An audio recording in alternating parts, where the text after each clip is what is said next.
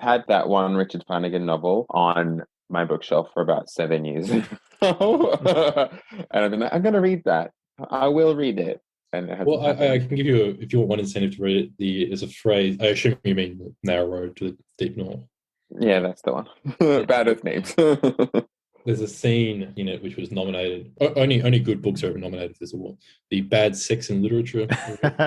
Oh, yeah, okay. Yeah. You got me. You booked me. I love that award Let's so just say much. let's just say it involves a rabbit being caught in a cage. What the? Richard Flanagan. How do you know? Yeah. You know Is the cage someone's pussy? I can't remember actually. I think the actual sex is as opposed to the. You know, he's really he's shameless in intellectual argument. He's absolutely without character, a moral foundation, or even intellectual substance.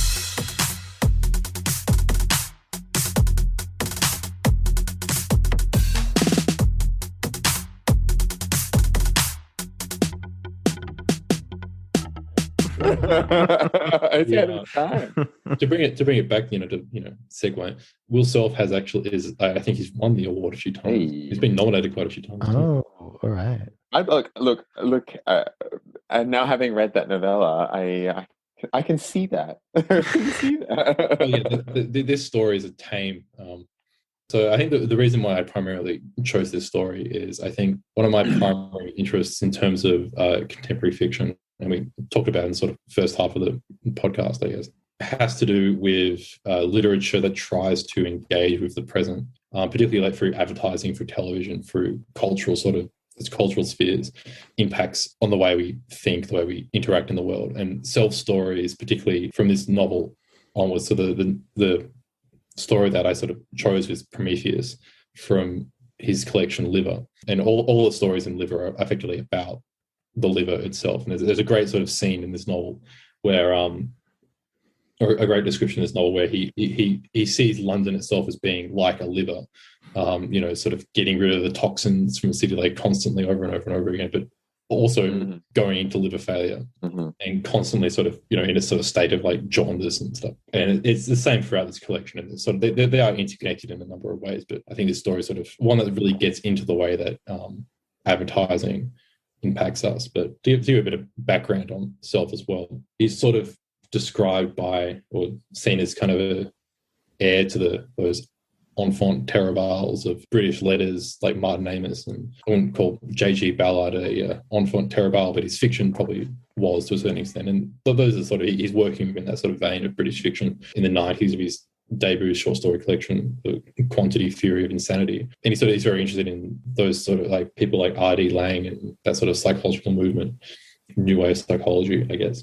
And you can see he starts to sort of, in like, is very much known for his sort of drug problems in the 90s. He sort of, I guess, a number of writers are sort of known for their drug problems in the 90s. Self sort of, he's like, I guess, big. He was much more of he was kind of more known for his television performances, and it's effectively, he would constantly go on like news programs. He still does to a certain extent, but not as much as he did before. He would go on, I can't remember the name of the British program, but it's effectively like a panel program that was sort of more, mock the week type, news programs that he would go on. And he's an excellent sort of, almost a comedian or stand-up comedian to a certain extent. He's excellent to listen to, very charismatic, although intellectually pompous, if you've ever seen him on Q&A or anything. But his sort of big claim to fame was he got caught trying to do heroin or cocaine or something like that on John Major's plane during the 1997 election. John Major, for those who aren't aware, was Prime Minister at the time of England in the 1997 election before he lost to Tony Blair. I think I've got my dates. I mean, I would have done the same. That sounds right. If I were on the leader of the opposition's plane, I'd be like, I'm going to do drugs, and I'm going to tell all of my friends I did drugs on the leader of the opposition. I think. Why was he on the plane? The opposition. I think John Major is Prime Minister at this point, isn't he? Oh, see, I'm terrible. Why was he on John Major's plane?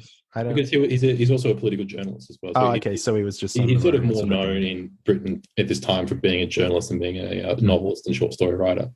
And he still, today, he a lot of his output is he writes a food blog for one of the British newspapers, which is actually quite enjoyable. And he writes. He's well known for his psychogeography in terms of his journalism. It's a flaneur. Yeah, very much a modern day flaneur. He wrote a book called a novel, a kind of sort of creative nonfiction sort of novel, although creative nonfiction as a term is kind of terrible. But of where he walked. I said it before. Sorry. Yeah, I was like, he walked from his. We can cut that out. He walked from his flat in London to Hollywood.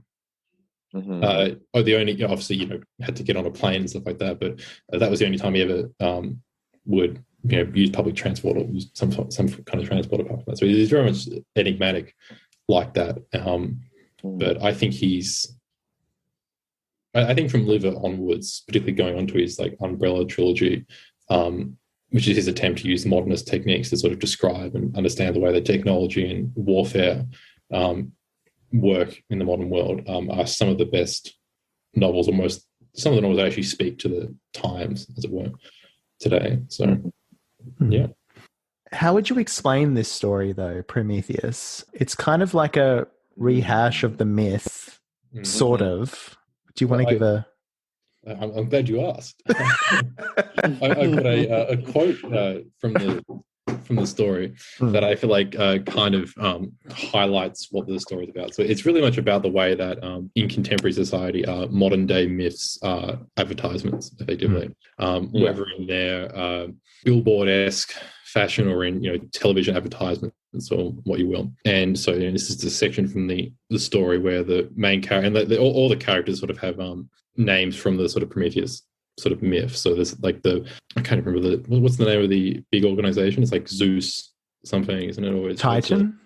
Titan, that's it. Titan Advertising, the guy who runs it is Zeus, and Prometheus is sleeping with Athena, who's Zeus's daughter, and all that sort of hijinks and stuff like that. So this is a section where Prometheus is talking. And one of the things that I think is particularly apparent throughout Self's career, but is particularly apparent in Umbrella, is he has quite possibly the best ear for language and best ear for dialogue amongst any sort of contemporary English writer anyway.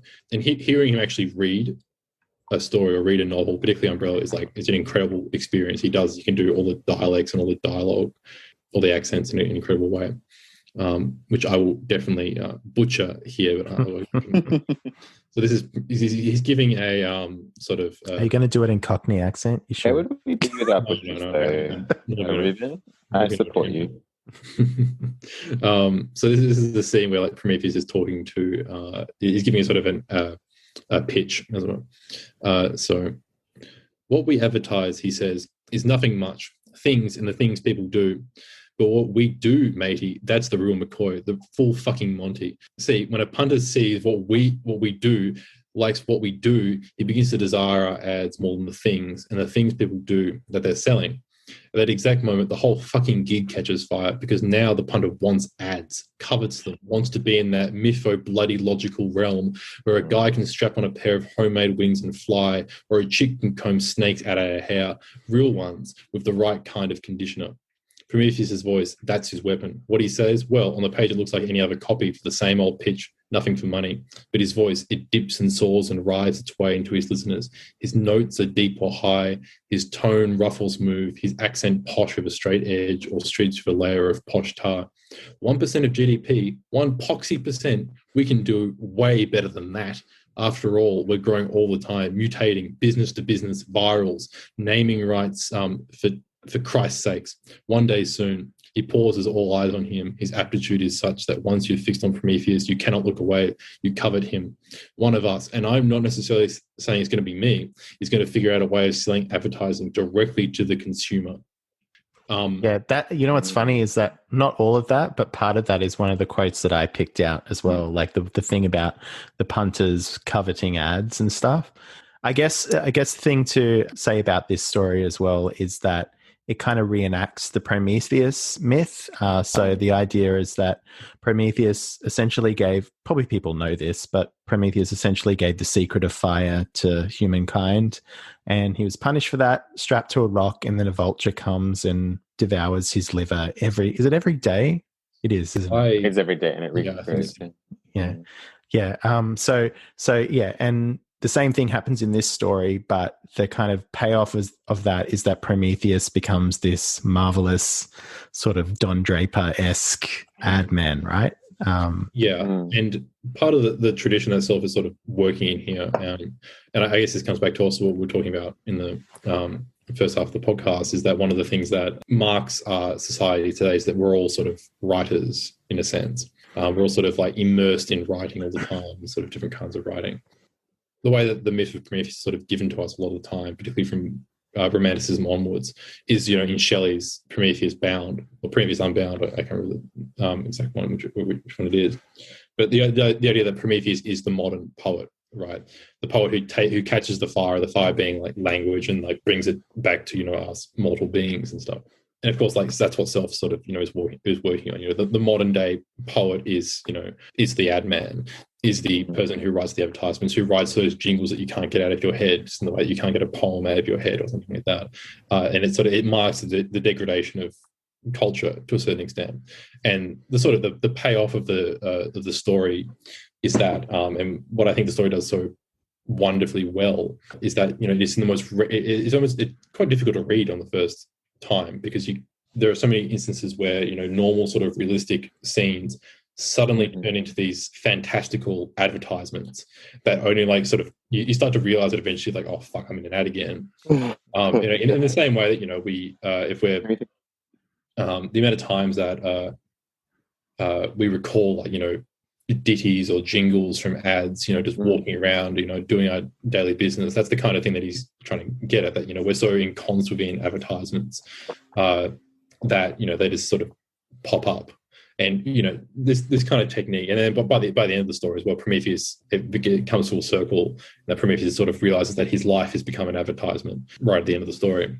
Self sort of perfects this technique, but he's starting to develop this technique in the story, but he perfects this technique in Umbrella, and those in Shark and Phone as well after that, where his stream of consciousness technique highlights these kind of I guess bubbles of consciousness, or bubbles of thought that happen, so that the start of Umbrella, I wish I had a copy here that I could read from, but I don't, is almost like the internal thoughts that you get of the character are effectively just the same song on loop over and over and over again, and the same song will just sort of come up at the most random moments, because it's so like it's ensconced within the way that we think and the way we sort of like walk around in the world. And Self is sort of very interested in the way that modern culture sort of unconsciously affects us and unconsciously sort of creates us in a way. Yeah, I really liked the style and how it shifted. I loved when he code switched, so to speak, into that sort of epic style, because that was just hilarious. And kind of what I found really funny about that as well is that, and you mentioned that he can be taken as a bit pompous sometimes, and that slipping into the epic style, I think, probably is a little bit of his pomposity, but also a little bit of the kind of grandiosity that a lot of advertising creatives have. And it actually reminded me of when I was at work recently. I had to sort of research into, we were kind of constructing an advertising degree, and I had to do some research into advertising and what people are saying in the industry and everything like that. And the level, these people are so grandiose. It is absolutely insane. It's like they live in this bubble of the advertising world, and they literally say things in like all their marketing and kind of, I guess, what's the word? The kind of industry press and everything that talks about the field. They're like, well, of course, advertisers are the most creative people ever, and like they have this idea of themselves as these kind of almost like the Prometheus myth is perfect. It's that kind of romantic hero, and I'm like, most people hate you, There's a reason why you have an industry award. It's because no one else wants to award you for anything. You're like so you go real. Yeah. I was going to say, you're the face of the end of the world. But of course, the best thing I think about this as well is precisely what Prometheus is trying to advertise throughout this story, and it's mineral water. It's like that is like all he wants to. What is it? I have to go back through to the start of the story, but isn't it tap water? He wants to that's how he uses tap water as his way into trying to sell. So why? So what is it? 5/6 of the Earth's surface is covered by water, and the same fluid makes up 90% of the human body. Stated with such omniscience, these schoolboy factoids take on the character of cosmic truths. The bubble, meanwhile, has engrossed London, then the southeast of England, and the whole of the British Isles, and is now vacillating over the Atlantic. Prometheus and Epiphanes soaring high above its leading curve, mythological man-birds with muji wings. So why compromise on the stuff of life? Drink Zeus mineral water. It may be a little dearer, but it's definitely better than tap. The average punter, in the story, they only wants to drink tap water. So how can we convince them to drink classy mineral water? Obviously, the wankers up at East End, that's probably that's probably the wrong cultural reference. Chelsea's Soho, Chelsea, right? Are that they can be convinced to drink mineral water because it's classier or whatever. But how do you get your average punter to drink mineral water rather than tap water? Is that, I think, the perfect example of we're advertising because we're like, how can you sell someone water effectively that has some bubbles in it?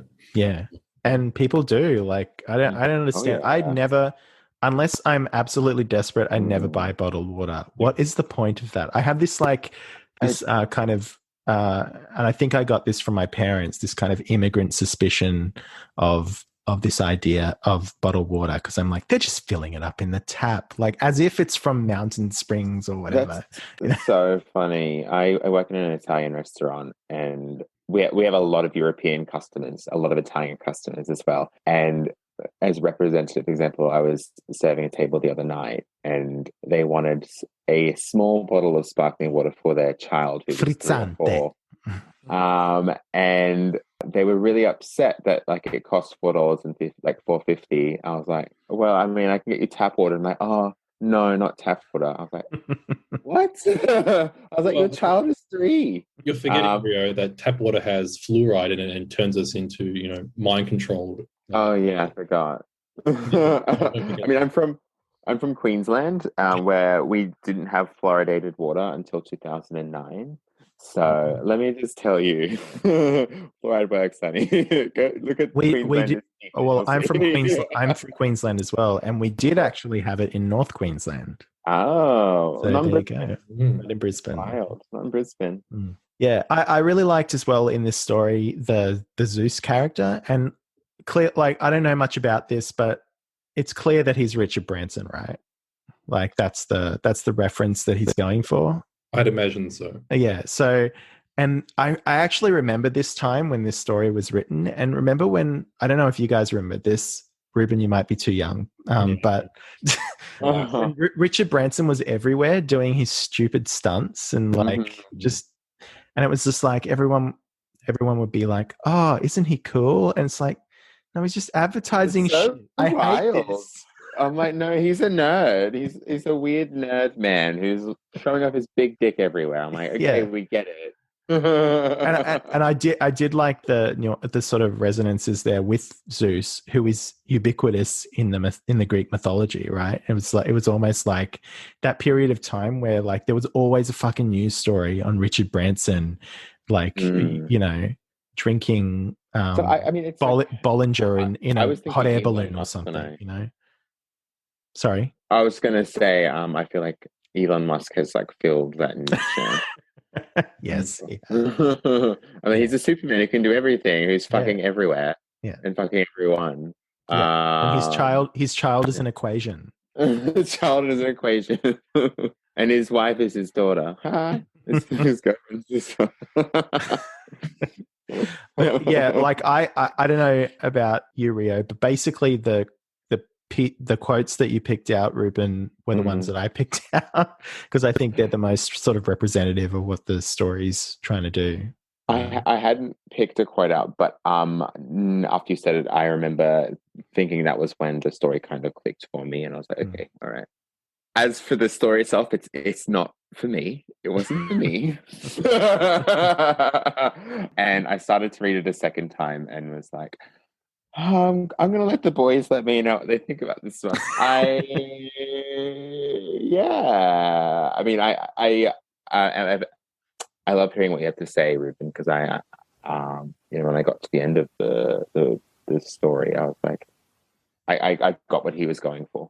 I just like what you said. He's just kind of a wanker. It felt very and unapologetic. That's what's great. I feel like I wouldn't recommend like listening to him at all. Like I think this is like it's something I can't stand.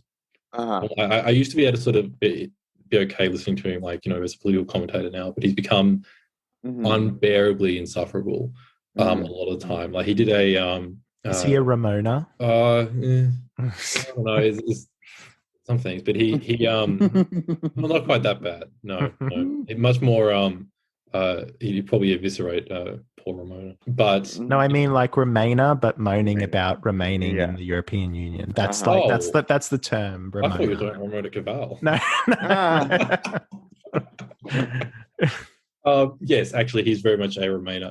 And the ones I'm thinking of in particular are excerpts from when he's been on ITV or something like that, or Q&A in Britain, you know, pretty much like talking about Brexit politics. And I think that's in particular sort of a good way of highlighting, you know, getting the wheat from the chaff to a certain extent. But I mean, even like before this as well, he's very much been a bit tendentious about lots of things, and he has it works in his fiction because I think he incorporates sort of low high style that even when he's being, you know, ridiculously pompous, he'll undercut that by making fun of himself at the same time. Whereas his politics and his political writing is a bit more to the point, I guess. Like some of it I want to agree with, some of it I just want to, like, you know, hit him over the head with a bag of potatoes or something, I don't know. And it just... So yeah, well, that's. I'm glad you said that, because when you suggested Will Self, I was like, I hadn't actually ever read anything of his, and I'd only seen his appearances, and I was like, oh my god, really, Reuben? Yeah. John Stuart Mill, the philosopher, said, "Better to be Socrates, i.e., a great philosopher, and dissatisfied, than a pig satisfied." I mean, when you talk about being happier, would you like to be just a happier pig? Yeah. You would? Yeah, because that's all... Well, fuck off then. Stop wasting my time. No, but surely that's... No. I'm a busy man. That is not what life is about at all. The story I chose was The Ones Who Walk Away from Omelas. Omelas. However you would like to say that. I love how she got the name. Did she get the name? Ursula K LeGuin. She was driving past Salem in Oregon, and the sign said Salem O, and then she's just like, I'm just going to turn that backwards and make that a name of somewhere. She, if you don't know, is a very, very well-renowned fantasy author. She won many awards in the 70s and 80s, particularly for her Earthy quartet. She's also a well-known communist, and that was incorporated into a lot of her writing. This was actually a communist. I thought she was like an anarchist, like a lefty anarchist. I don't know if she was a communist. Maybe she wasn't a communist. Maybe I spoke too soon. I don't know. But she was a well-known lefty radical politics, which is... used to be a strain in fantasy. Contemporary fantasy is very conservative now, and it's really conservative. I mean, it's very liberal, very, very liberal. It's not radical, and there's also a massive conservative strain. I kind of picked this short story not for what the short story is, but more as an idea of what I like. I've never actually read her most famous work, the Earthy Quartet. It's another one of those books that I've had on the shelf for many, many, many years. But I've been like, I need to read that. But I had a couple of other authors I won't mention now. But I was like, I think if I want to choose, I want to choose one of these authors later on. Um, I haven't talked anything about the short story yet. But it's from the 70s. And I read it and was just like, I think this is a kind of a microcosm of what I love about fiction, even though I don't really know how I feel about the short story itself. It's about a utopian society. It's one of those short stories that you might hate or might like. I think they were very popular at the time, where there's kind of a message and there's kind of a plot twist, and then once you've read that plot twist, you can reread the short story maybe another time. You're like, oh, this is what that meant. And then I'm not sure how much it has to say beyond that. But it's about this, this short utopian society, that is basically hinged around the degradation of one's soul, and the people who once people find out about this child being abused as the linchpin of their society, the moral question of I don't have any other option but to stay within society or die. Effectively just die.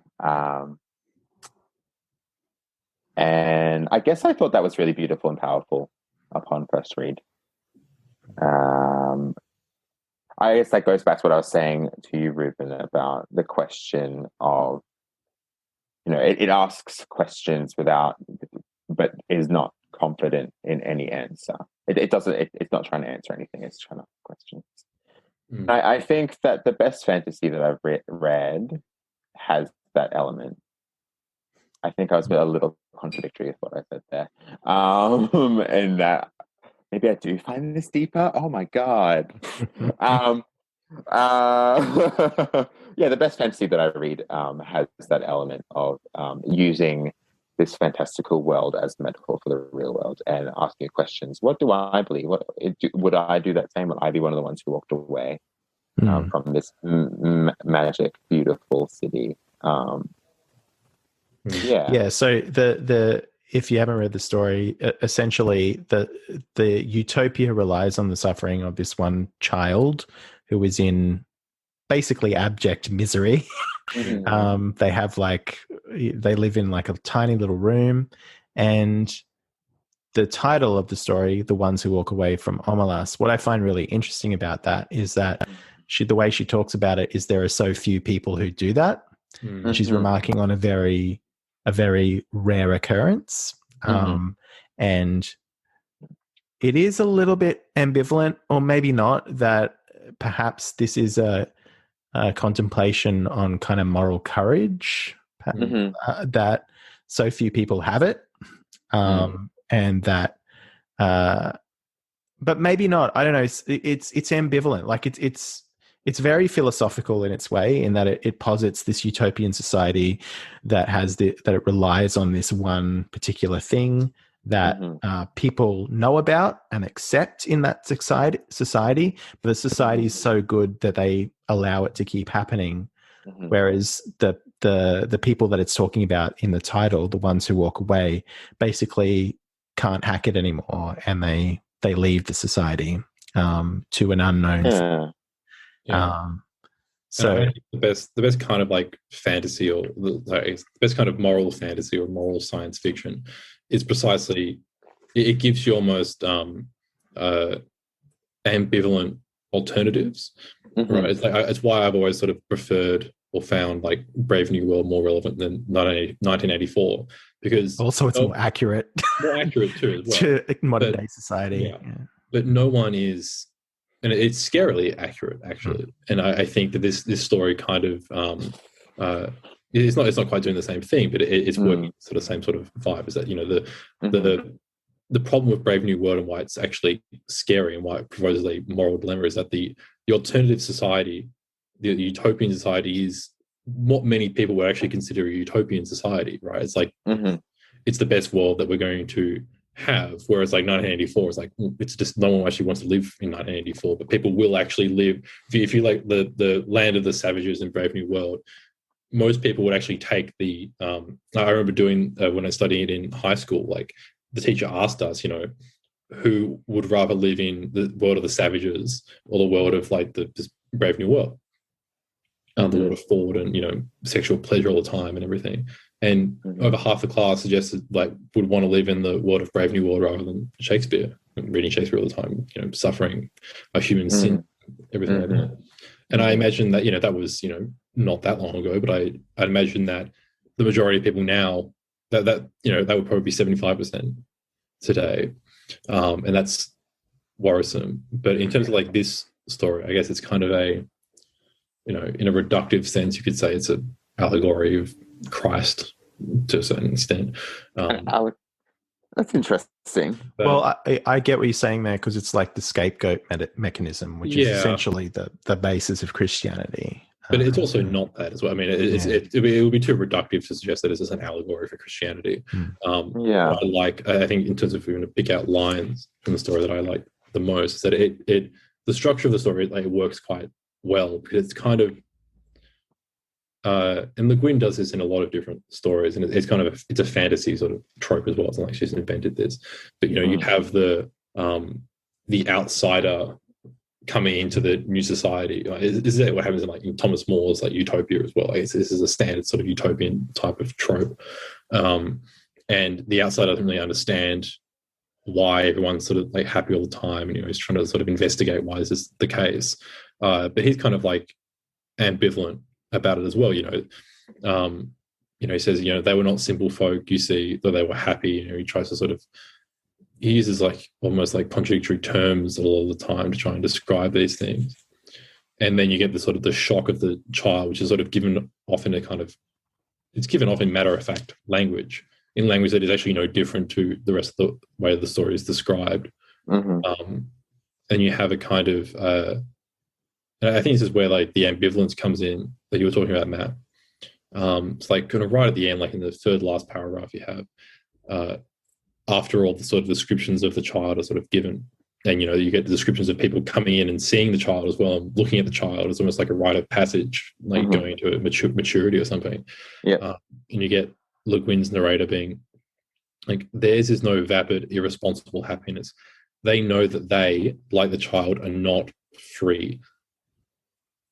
That I think that's probably the key line in this story. Like, so the people, I guess you could say, the people who leave Omelas are those who are free from suffering to a certain extent. If you want, I know, Le Guin's interested in Buddhism and other Eastern religions and stuff. So maybe you can make that argument that true freedom is freedom to suffer to a certain extent, or to suffer suffer yourself rather than to put your suffering onto someone else, whether it be the one person in a sort of it's kind of it dramatizes the utilitarian dream where if only one person suffers and everyone else is perfectly happy, then we live in a just society.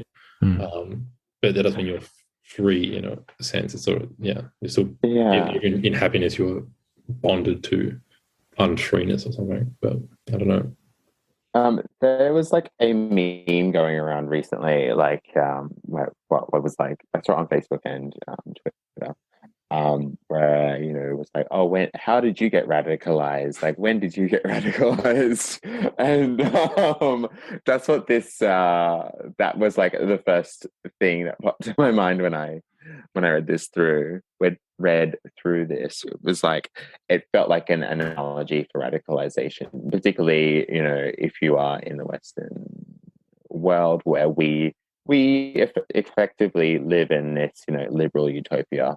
I have a computer everywhere with me. I can get really yummy food. I have lots of sex. I can go to an orgy relatively easily. I also am free to pursue any religious belief. I can study at a university. I go dancing all the time.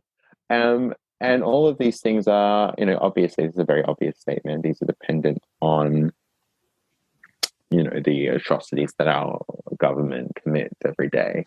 And speaking to I feel like this word's become a bit memeified the last few days, but seeing the differences of privilege between certain people, and those who understand the abject horror of modern day life, and the things that it's contingent on. Speaking to refugees, speaking to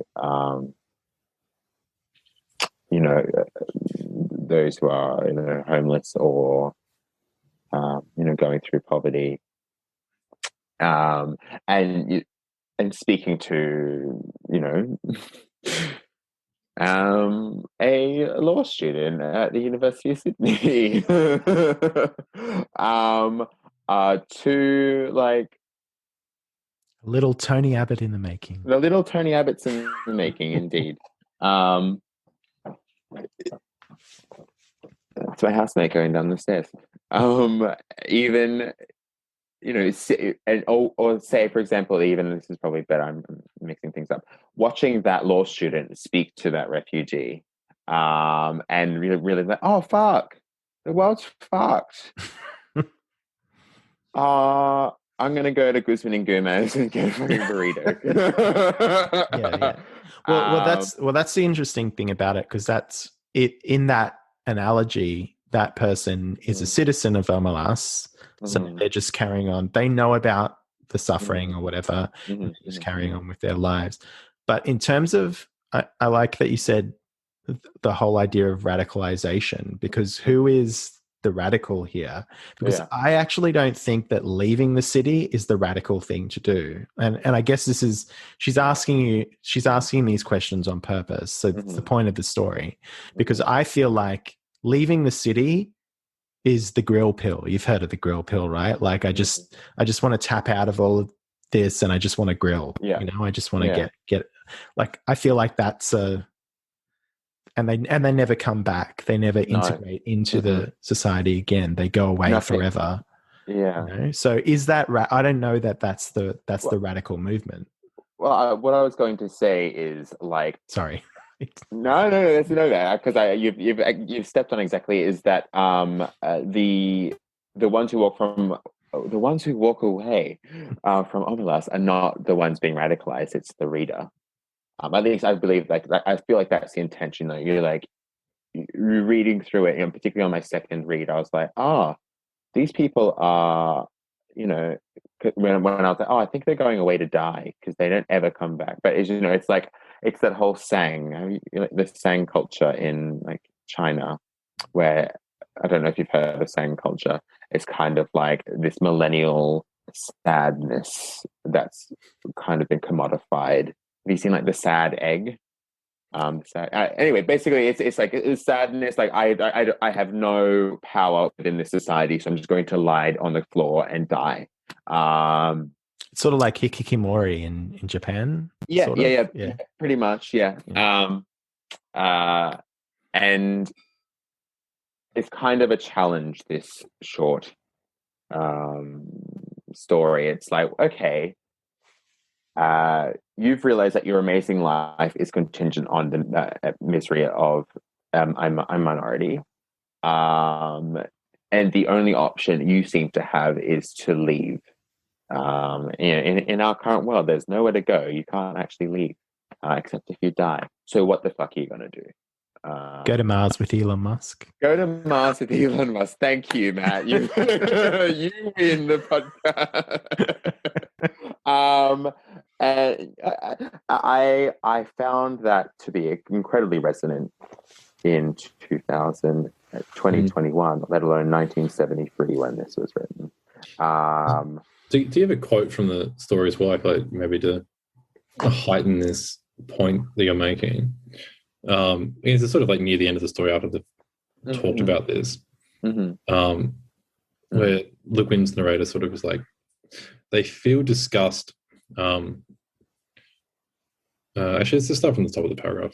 This is usually explained to children, so the situation that the society is sort of given in is usually explained to children when they are between 8 and 12, whenever they seem capable of understanding. And most of those who come to see the child are young people, though often enough an adult comes back to see the child. No matter how well the matter has been explained to them, these young spectators are always shocked and sickened at the sight. They feel disgust, which they had thought themselves superior to. They feel anger, outrage, impotence, despite all the explanations. They would like to do something for the child, but there is nothing they can do. If the child were brought up into the sunlight out of that vile place, if it were cleaned and fed and comforted, that would be a good thing indeed. But if it were done in that day and hour, all the prosperity and beauty and delight of Omelas would wither and be destroyed. Those are the terms. Which is a much more extreme version of our current situation. I mean, I think if we're going to make this to read this, allegorically, strictly, I'd have to sort of, put up my hand and dissent to a certain degree. Maybe this is my, I'm much more of a capitalist than a Marxist. I'm willing to confess. Whatever that's going to, put me in whoever's doghouse, I don't really mind. Let's be the free market amongst us all. But the point being here is that what we're sort of, I guess, talking about is that there's a kind of false anger, right? They feel anger, outrage, impotence, despite all the explanations. They can't do anything because, if they did anything, their entire world would be destroyed. Their happiness would be destroyed. So, they therefore can't do anything, no matter how much outrage they can feel.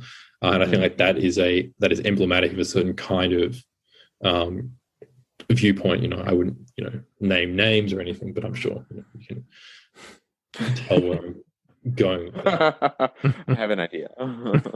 And you're right, like those, but I think where it gets complicated more in terms of this like radicalized line you guys are going down, is that if you were to read it like this, the people who they feel angry, impotence, and despite all the explanations, they didn't do anything. If the people who are sort of staying there are the ones who are more radicalized, or if the reader is the one who's supposed to be radicalized, as you said, Rio, compared to the people who walk away from Omelas. I think you're right to say that, if we default this reading, that the ones who walk away are not the ones who are radicalized, they're the ones who are, more supremely impotent because they don't try to fight the system or something like that. But the sneering disgust at something and the impotence in the face of that is kind of interesting. And I think, if anything, there's a kind of maybe I'm probably making an outrageous connection here. I don't know, but one of my favorite. We're gay. We love outrageous connections. An outrageous connection. Literally, no one will. Barely anyone will get, in that will be outrageous by dint of the fact that no one actually understands it. There's a section in Pynchon's Gravity's Rainbow, outrageousness ensues. Called Byron the Light Bulb, which I always sort of read as a emblematic story of the 21st century and the 20th century, particularly in the writer in the face of our contemporary contexts. And at the end of the story, so anyway, Byron is an immortal light bulb effectively in this story, and he tries to rise up a great revolution against the cartel light bulb makers who are constantly rigging, monopolizing the market. They make it so that light bulbs die at a certain time so they can sell more light bulbs and all that sort of stuff. But for whatever reason, Byron is immortal.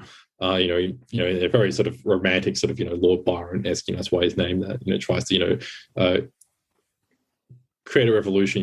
Get back against it. The light bulb, create a tungsten. I think is what they Tungsten Incorporated or something like that. And the story, and eventually he realizes that because of his immortality, he can't take the fact that all these people all these light bulbs are dying around him for his, in his sake. So he goes into isolation because, he's the only one who's immortal. And in his immortality, there's a great sort of line. It's probably the saddest line of all of Pynchon's stories, all of Pynchon's novels, which is not something you really associate with Pynchon, to be honest. Where it says Byron becomes because of his immortality, he acquires all knowledge. He knows everything, but he's powerless to do anything. He's powerless to change anything. He's impotent. He's stuck on the wheel for all eternity. And you get the great line, "Poor sick light bulb, he begins to enjoy it." And I think that, there's a certain extent here that I can almost feel like Le Guin's rage here, that she can feel disgusted, feel herself superior to this lifestyle, but what is her what is her outrage against it? It's to write a story about it. And the writer in the 20th century, where no one really reads anymore, no one really how many people are going to be radicalized? Who are the readers who are radicalized by this story? They don't do any. If there are, they don't do anything. They don't really go against the system, because the system's too powerful anyway. They are outrageous in their impotence, and they begin to find a certain enjoyment in that. Well, that's the thing. The stories themselves are that joy, right? That's the sort of irony. Well, that's the thing about radicalism too, is that the most radical people are usually the most impotent, because by dint of fact that literally as well. Males without without harems and everything like that. We'll save that for another episode. Well stocked.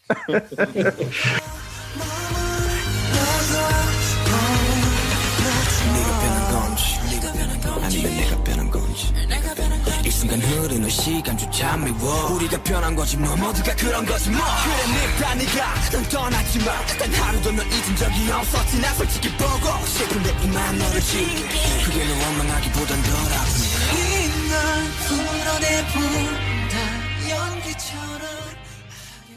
My selection was a fairly infamous story called Guts by Chuck Palahniuk. I've never looked up how to say his last name properly. I'm assuming it's Palahniuk. So basically, most people know him as the author of Fight Club, which was made into the fabulous movie, which I actually still have a soft spot for. 99 was a great year for movies. So this particular story is featured in his 2005 short story collection, Haunted. I guess I'll just describe what happens in it. So, and then I'll go on to describe the reputation of this story. Basically, in this story, the narrator details 3 masturbation mishaps, I guess you'd call them. One guy, all masturbation is a mishap, according to God. Yes. So one guy hears about pegging from his friend, and he decides to stick a carrot up his butt. That doesn't do much for him, and he kind of hides it. And the soiled carrot, he hides it in his laundry, and his mum takes it away. And clearly, she's seen it because she's done his laundry. That's never spoken about. The story then moves on to another narrative, which is a guy.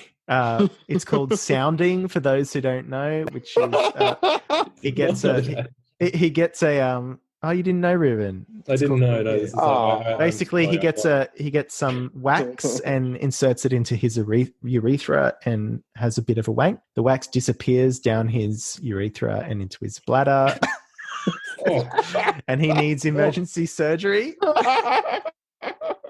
And then the third story involves the narrator of the actual story, his own mishap, where basically he talks about he jerks off at the bottom of a pool while sitting on a filter, but he ends up getting a prolapse, and his intestines basically come out of his butt, and he has to, because his intestines are stuck in the drain, he has to basically chew his intestines off to stop from drowning. That's what happens, and Rio's reaction is very similar to most people's, including mine. I found it really funny, I have to say. So obviously this says a lot more about me in terms of the way I think it says a lot about us.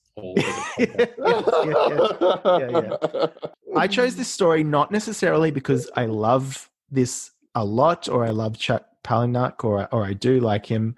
He's not my favorite author or anything, but this is the sort of story that I think, even if it's not, high literature, it's very much an antidote to the stuff we're talking about. Mm-hmm. This may be many things, but it's not a story that is bloodless. It's not a meh story, No.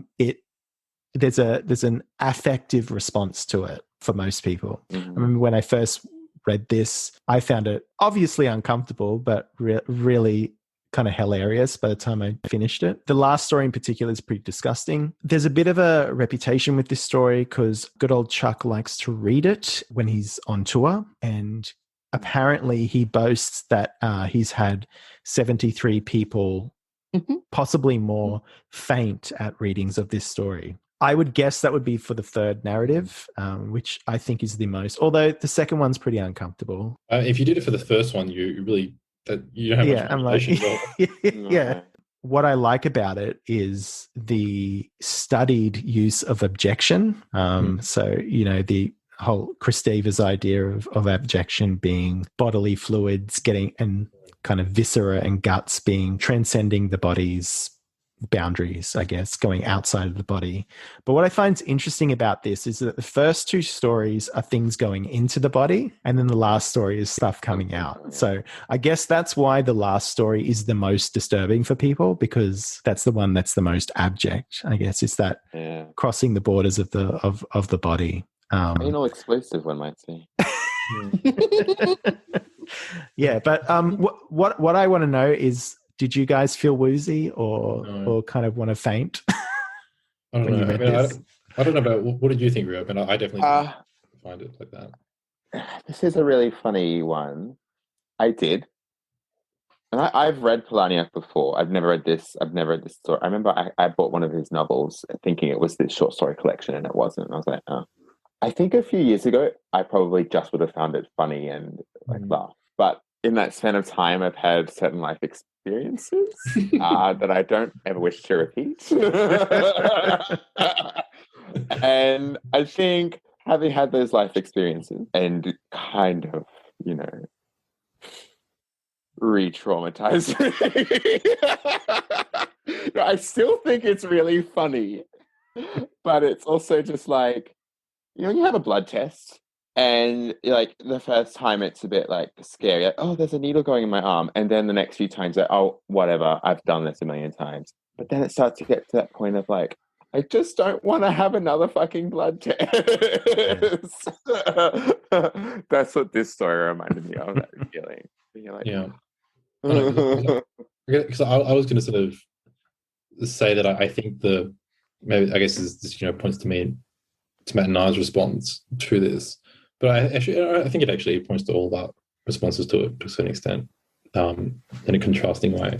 Is that it kind of highlights the fact that like Matt and I both find this story funny, and I think you talk about it's affect and it's abjection and stuff, but the abjection is sort of, it's almost the reason why it's funny and humorous is because it's almost like it's sensationalized, but it's not sensationalized as well.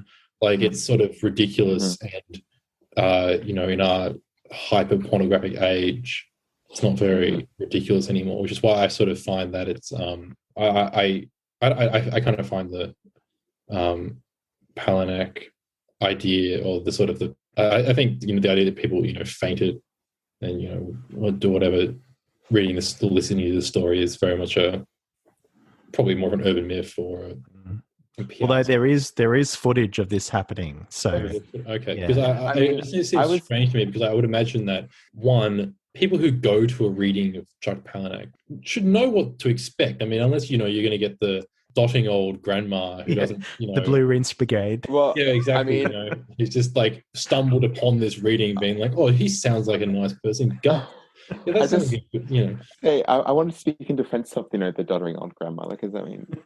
It's hard to old doddering old grandma, I guess. We had a brief discussion online. Where you guys were saying, was this real? Was publicity stunt? My mum walked out of Black Swan. She couldn't handle Black Swan. She could not read this short story. That's absolutely no fucking way. And I was like, oh, I don't even think I find it really funny, but I also was just like, this is making me feel sick. I think what you would say.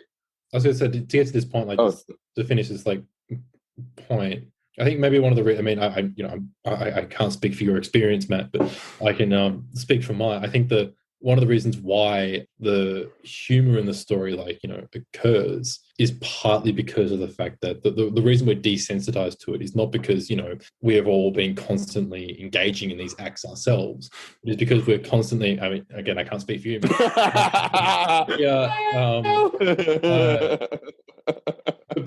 these are kind of like they're pornographic acts, and you know, we can all sort of like imagine them imagistically in terms of, like, you know, on whatever pornography website we want to think of. Whereas I think, and that's the reason why it's affectless, because if we had actual experience of these things, we'd have a different response to them.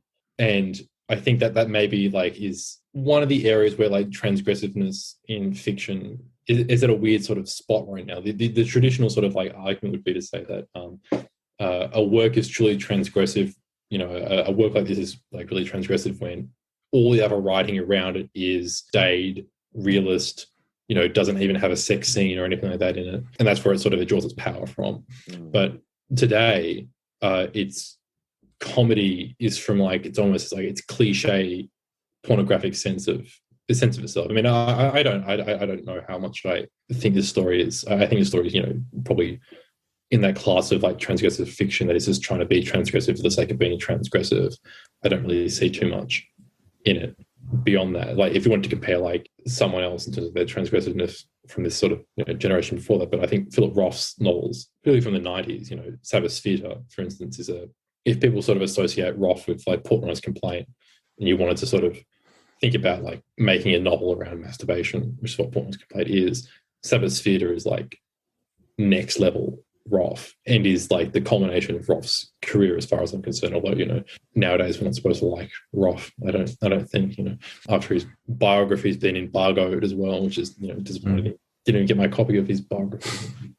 Alas. But I mean, I don't know, Ria. I mean, I can't. Do you think that's like, you know, why you might not find the story as like humorous? Is maybe because like more, you don't have to reveal. you know what I mean? Like, I'm not. I mean, the thing is, like, I don't not find it humorous. I think it's pretty. But it's more effective, right? It's more like I feel like it's more effective to me. Well, I don't think it's either or. Like, it can be both. Like, I feel like it's not like the humor. It's because sometimes humor can be used to deflect from the experience of the abject. Like, you see this in gross out films, you know, remember in the 2000s where, like, you know, American Pie, and like the guy drinks the beer with the jizz in it and everything, and like that's in another context that would be kind of abject in one way, but because it's humorous, it kind of deflects the abject. I think what Palahniuk's doing here is it's not so much deflecting the abject, but it's sort of they're coexisting at the same time, the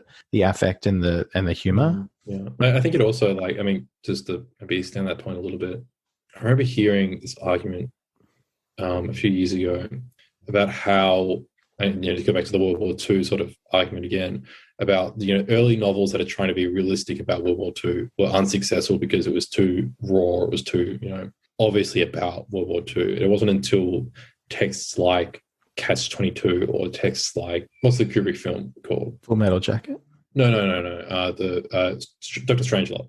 Oh, Dr. Strangelove, yeah. And then Pynchon's work as well, where like this idea that, you know, the only way we can really treat the horror of the Second World War is through comedy, is through irony to a certain extent. The only way is to laugh at it. And that allows us to sort of, you know, go into the space of addressing it in terms of the real sort of serious and moral quality. And I think this is one of the reasons why I don't find David Foster Wallace's argument about the lack of sincerity in postmodernism to be actually, you know, useful at all. It seems like it's a totally false argument. This is sort of extends to the way that what we talked about as well in terms of the sincerity and the honesty of our contemporary malaise, is that irony and satire and black humor and all these other kinds of things shouldn't be directly counterposed with sincerity. You can be ironic and sincere at the same time. They're not counterposed ideas. And just because you take you're ironizing the war, or you're ironizing sexual relations or sexual perversities, or whatever term you want to use that's not loaded, doesn't mean you're not taking them sincerely. I think to some extent the response to this story in particular it's one of those. It's such a canard to be like, we bring our experiences to text that we kind of read or experience.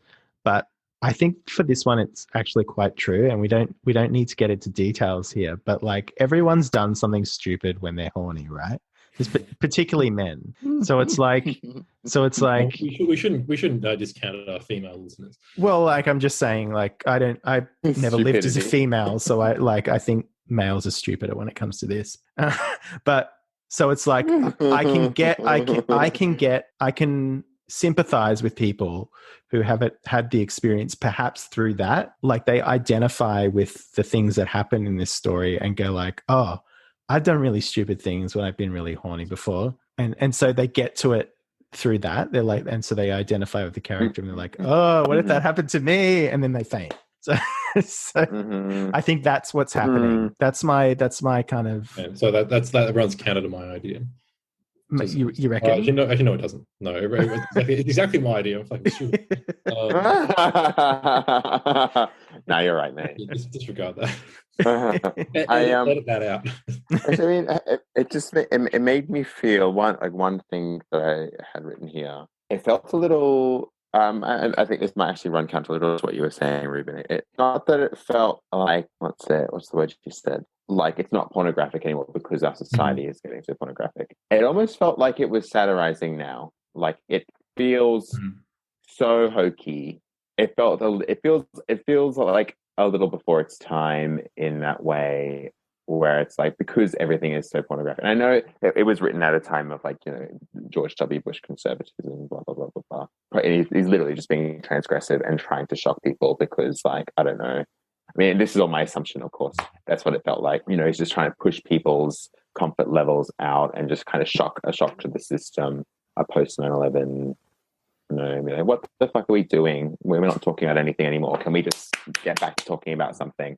But we've had 15 years of that now. And reading it through like the 2021 lens of like, what are we doing? Nothing is actually changing. Like, all of this transgression has been like swept up and commodified, and it's stupid. It's fucking stupid, and it's almost like shining a mirror on us now. We may as well be sitting on a pool drainer and having our guts sucked out. Well, the thing that I think is very telling about this story is that, in terms of, if you want to go there with the commentary on the pornographic nature of the culture or whatever. I mean, I can't stop myself from doing that, can I? but it's like you're eased into it, lubed up, so to speak, with the carrot story, and it gradually,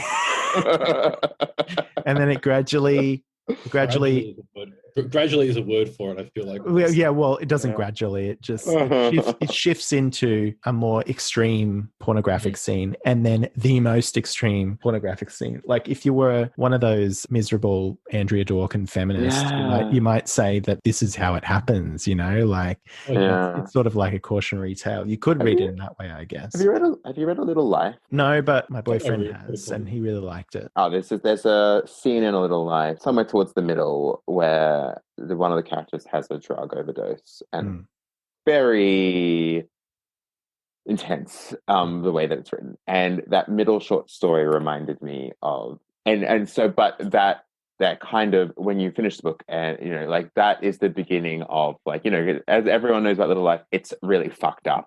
It's a really fucked up novel, and particularly the last half of the novel, it's but there's this one scene where a side character has this overdose, and that's really awful. And the middle part of the guts with the sounding, where you go, it's like a signifier. Like, if you don't like this part of the short story, you're not going to like the third part. Yeah. Well, that's the way it's written as well. You mentioned the way A Little Life was written. The way, I don't think we've got to this yet, but the way that Guts is written is almost. I'm almost contradicting myself as well, because its style is very blank. And it's the kind of style that I would decry in another context, and I did, like, at the start of this whole thing. But that is in service of of the what the narrative is trying to do, so to speak, for want of a better phrase. This kind of blank just giving you the details is enough. You don't need to embellish. The embellishment is the tall tale. I guess it's not a tall tale, but it's the story itself, and that's enough. And I kind of like that, and it's kind of antithetical to what I was arguing before, because the style is not Baroque, it's not purple, it's not over the top pornographic. It's just very, this is what happened. Yeah. Well, it's written like it's appropriate that it's a story that, you know, he likes to read at readings, because it's a story. It reads like an oral story, right? Yeah. So that's a good version of it. It starts like, you know, inhale, take in as much air as you can. The story should last as long as you can hold your breath. Like it's you can very easily imagine it without even any context. You know, someone standing up actually maybe not standing up on a stage and reading it to public, but it's it has a kind of, I guess, drinking like beers at a pub, late kind of night, you know, pub kind of story where like you know, blokes are sitting around, you know, sharing their story of their, you know, debaucheries or something like that. It's sort of, it's turned. Maybe this is like, you know, an important contextual part of the story. I guess like a lot of the if you think of it in a cliched way, the sort of male jock kind of story that this structurally sort of has, where, you know, you tell your you know, your sexual conquest and stuff like that, is kind of inverted here, because, you know, the classic way of doing it, you know, the guy tells about how, you know, it's like, oh, I fucked this chick, you know, she was crazy, you know, in the sack or whatever, you know, the American 90s tropes you want, American Pie indeed. But here it's like, it's turned inward, like, you know, masturbation stories are not stories that you tell someone, right? They're supposed to be, you know, if you want to think of sex as, you know, breaking down taboos, right? Sex is not a taboo anymore, but masturbation is, right? But I mean, you know, you hear the feminists decry that, you know, female masturbation is the last great taboo or something like that, but male masturbation is still a taboo as well, I think, to a large extent. It's just more talked about because we already sort of talk about it in terms of our, you know, men talk about it, you know, to a certain extent amongst themselves, or it's like one of those like knowing truths, like we all know that we do it. Like with women, it's sort of like more, you know, from what I've been told, you know, it's not it's like you have a bath, you put some bath salt, a bath bomb you know, in, it's all, you know, and you nice, it's like a, yeah. I don't believe it. Women don't do that. No, they never would. Right, but it's still like one of those like final taboos. So I think the fact that the story is about masturbation is actually quite important. And yeah, it's trying to, like, you know, put the mirror up to the male audience. But I guess, you know, Palahniuk's audience is more than likely male, and a lot of his stories are, I guess, you know, to use a terrible phrase, deconstructing masculinity or whatever that means. I feel like the third story where, you know, he gets his guts completely ripped out of his ass from the pool. What are they called? The suction. What are they? The filter. Drain. No, there's a better word for this. It's it's like a bubble bath where you get like a jet. Yeah. There's more of a filter, I guess. I found that like almost ridiculously, like, this happens to me like one in like a million, 3 million, 50 million people. Whereas like the middle one, I felt like, you know, I felt like, you know, just watching like Rio's reactions in this call, like, I feel like that's the kind of like, you're just like, oh, yeah, it's more visceral, because it's more like, you know, it's more not realistic, but there's something like, don't think it's, you know, it's a lot. You can imagine it. It's not a you can imagine it. It's not a common practice, you know, amongst us all, you know, to be doing this. You know, you're not with wax. Not with wax. But it's sort of it's a sharp sort of pain, you know. It's like, you know, getting kicked or kneed in the balls like really hardly, you know. You feel the pain much more than like, you know, guts being ripped out of you. It's like, okay, fine. It's so abstract that you don't even like recognize it unless it's happened to you. Yeah, that one. I would agree with that. That if I had to choose one, that's the most sort of, you know, it'd probably be the second one. And the thing about The thing about the third one as well is that there's a little detail how he was like, he got a resectioning and he's never been over his weight he was when he was a teenager. And I was like, that's the gay dream.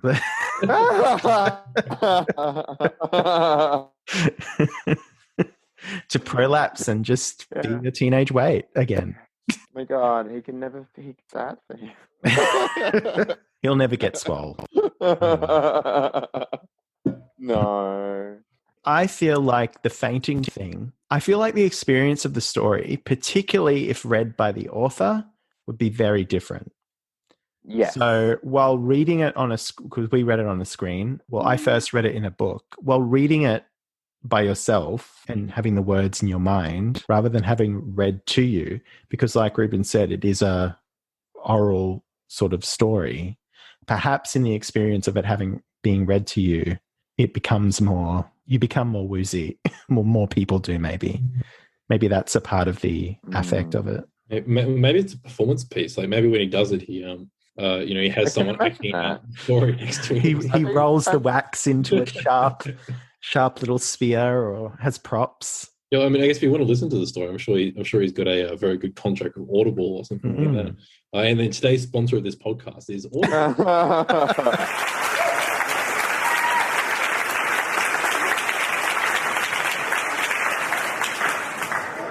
I had actually heard that people had fainted in previous readings of it, and I took it with a grain of salt, but I've actually seen it. It's pretty impressive. I thought that it was much more riveting than book signing/reading could ever be. I enjoyed it. Glad I didn't pass out. I was hoping to pass out. Yeah, it was actually my friend who passed out the second time. I kind of freaked out. You guys screaming? Is he okay? He's in the hospital right now. Thank you, Chuck Palahniuk. We're gonna get you in the guts!